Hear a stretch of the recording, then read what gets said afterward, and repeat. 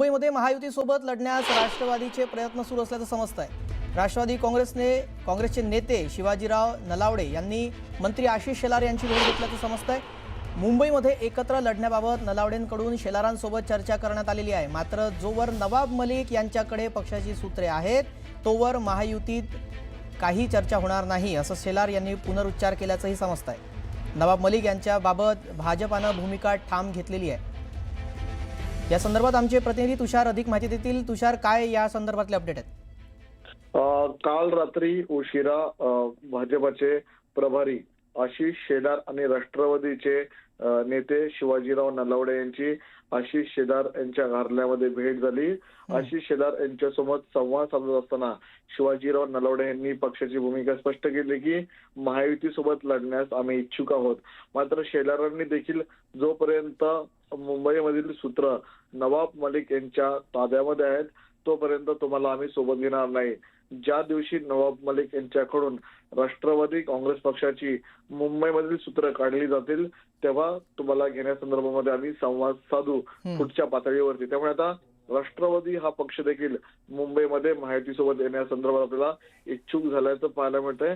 कारण की यापूर्वीच भाजपाचे प्रभारी आशिष शेलार यांनी स्पष्ट इशारा दिला होता, जोपर्यंत नवाब मलिक यांच्यासोबत मुंबई राष्ट्रवादी काँग्रेस पार्टी आहेत किंवा नवाब मलिक यांच्याकडे राष्ट्रवादी काँग्रेस पार्टी संदर्भातले अधिकार आहेत तोपर्यंत त्यांना आम्ही सोबत घेणार नाही, यापूर्वीच त्यांनी स्पष्ट केलं होतं। मात्र आता आपल्याला महायुतीमध्ये दिवसेंदिवस डेव्हलपमेंट होताना पाहायला मिळतात। आता शिवाजीराव नलावडे आपल्याला आशिष शेलार यांच्या भेटीला आल्या कारणामुळे येणाऱ्या काळामध्ये राष्ट्रवादी ही महायुतीमध्ये मुंबई महानगरपालिका निवडणुकीमध्ये एकत्र येणार का याकडे सर्वांचं लक्ष लागल्याचं पाहायला मिळतंय। धन्यवाद तुषार, आपण दिलेल्या सविस्तर माहितीसाठी। तर करतो, पण जर आमचा एक चांगला मार्ग जर त्यातून निघाला, सन्मान्य मार्ग जर त्यातून निघाला तर निश्चित आम्ही या संदर्भात युती करू। पण आम्ही महायुतीच्या बाजूचेच आहोत, आम्हाला युती करायची आहे ही आमची भूमिका आहे। आम्ही असं म्हणणार नाही की काही जर आम्ही तोडून टाकू, आमचं एकटं लढू, आम्ही अजून अशी भूमिका आमची घेतलेली नाही। दादा का बोलले ते मला कळालं नाही, पण आधी आपण बसलं पाहिजे, बोललं पाहिजे आणि त्यानंतर मग असं एकदम टोकाचं बोललं पाहिजे, मला असं वाटतं। भाऊ, प्रफुल्ल पटेल आणि सुनील तटकरे यांनी अमित शहांची भेट घेतलेली आहे। राज्यातल्या महत्त्वाच्या विषयावर चर्चा झाली। यासोबतच अमित शहांनी जिथे शक्य असेल महापालिकेत तिथे युती करा असा सल्ला दिला असं देखील समजतंय। हे धोरणच आहे आमचं। आम्ही शक्यतोवर महायुतीच्या बाजूनेच आहोत। देवेंद्रजींनी सांगितलेलं आहे की आम्ही महायुतीच करणार आहोत, पण ज्या ठिकाणी अतिशय मग खूप ताणाताणी आहे, जमतच नाही आहे, तर मग अशा ठिकाणी मग आम्ही मैत्रीपूर्ण लढत त्या ठिकाणी करणार आहोत।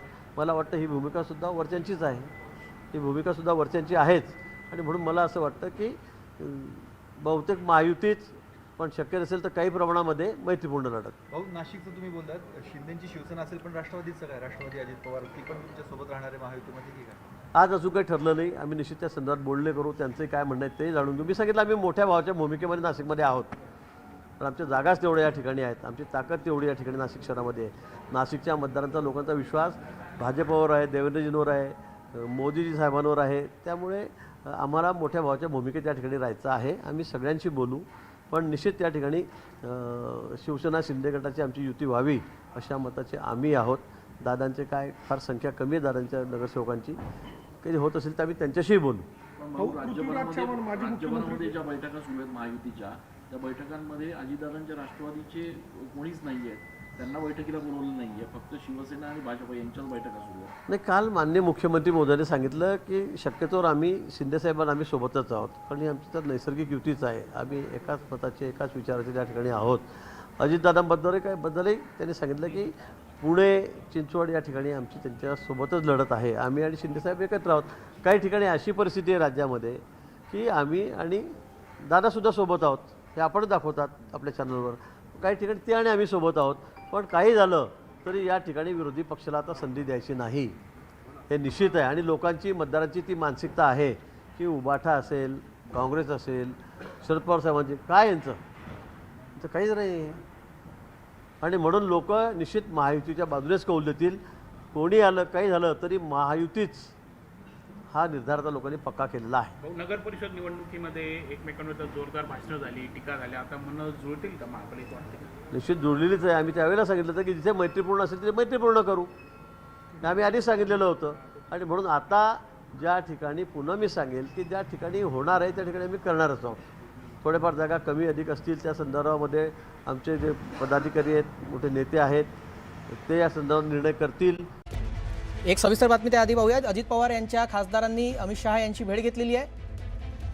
प्रफुल्ल पटेल आणि सुनील तटकरे हे देखील यावेळी उपस्थित होते. गृहमंत्री अमित शहा यांच्या भेटीसाठी ते पोहोचले होते. महाराष्ट्रातील सध्याच्या राजकारणावर चर्चा झाल्याचं समजतंय. महापालिका निवडणुकांमध्ये शक्य असेल तिथं युती करा. अमित शहा यांनी याबाबत आपली भूमिका मांडल्याचं सूत्रधारांनी सांगितलंय. या संदर्भात अधिक माहिती जाणून घेऊयात. आमचे प्रतिनिधी प्रशांत लीला या संदर्भात अधिक माहिती देतील. प्रशांत, या बैठकी संदर्भातल्या काय घडामोडीची अपडेट आहे?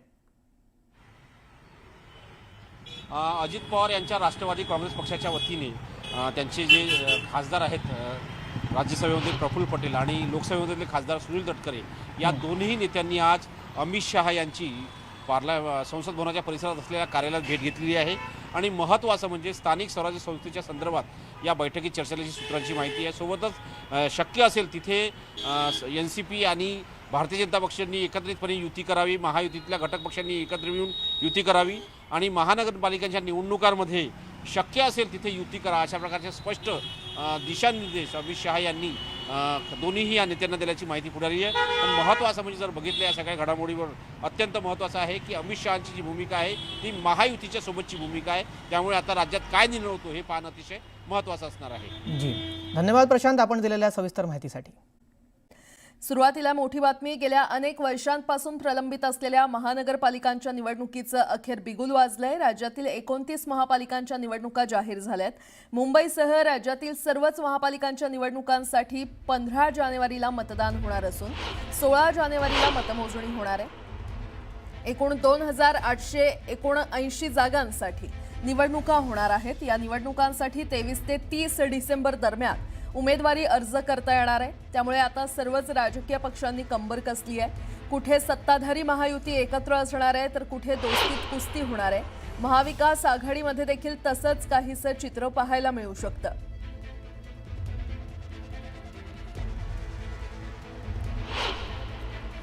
आम्ही महायुती करण्याचा प्रयत्न करतो. जास्तीत जास्त ठिकाणी भाजप आणि शिवसेनेची युती होईल. काही ठिकाणी भाजप, शिवसेना, राष्ट्रवादी युती होईल.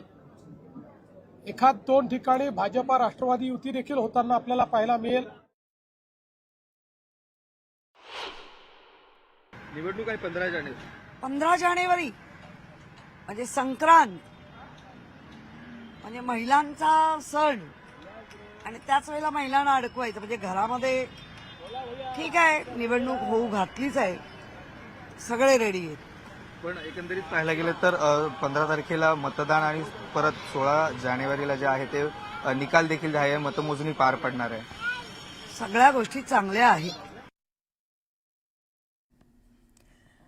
राज्यातील 29 महापालिकांच्या निवडणुका जाहीर झाल्यानंतर मुख्यमंत्री देवेंद्र फडणवीस यांनी विजयाचा विश्वास व्यक्त केलाय. आमच्या सरकारनं केलेलं काम पाहता मुंबईसह सर्वच ठिकाणी जनतेचा कौल आमच्या बाजूनं असेल असा विश्वास त्यांनी व्यक्त केला.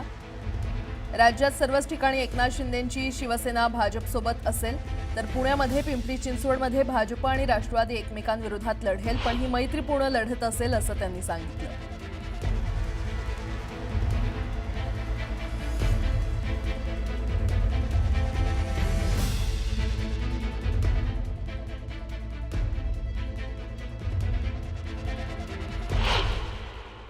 तर ठाण्यामध्ये पण युती होईल का स्वतंत्र? युती होईल ना, आमचा प्रयत्न आहे. ठाण्यात, कल्याण डोंबिवली, सगळीकडे, पिंपरी चिंचवडमध्येही अजित पवार आणि आम्ही पुणे आणि पिंपरी चिंचवडमध्ये एकत्रित लढू शकणार नाही. आम्हाला दोघांनाही एवढं राजकारण समजतं की आम्ही एकत्रित लढलो तर तिसऱ्याचा फायदा होईल.